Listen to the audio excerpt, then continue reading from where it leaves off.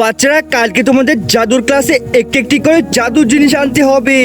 যার জিনিসটা সব থেকে ভালো হবে তাকে পুরস্কার দেওয়া হবে। আচ্ছা রিয়া, তুমি কি বানিয়েছো? আমি এই চেনটা বানিয়েছি, এটা যে পড়বে তার মুখ দিয়ে সবসময় সত্যি কথাই বেরোবে।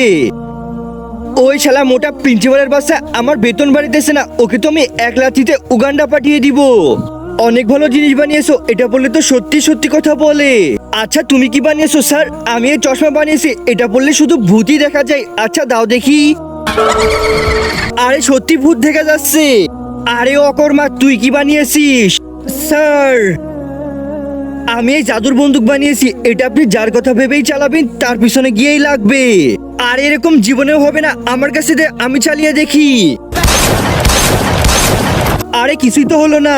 একজন মা কতটা আপন হয়, যাদের মা নাই তাদেরকে জিজ্ঞেস করো। তাই আজকে যারা মাকে ভালোবাসো তারা একটি লাইক আর একটি সাবস্ক্রাইব করে দাও, আর যদি না ভালোবাসো তাহলে এই ভিডিওটা থেকে দূরে থাকো। স্যার প্রিন্সিপালের পিছনে কেউ 3টা গুলি মেরে দিছে।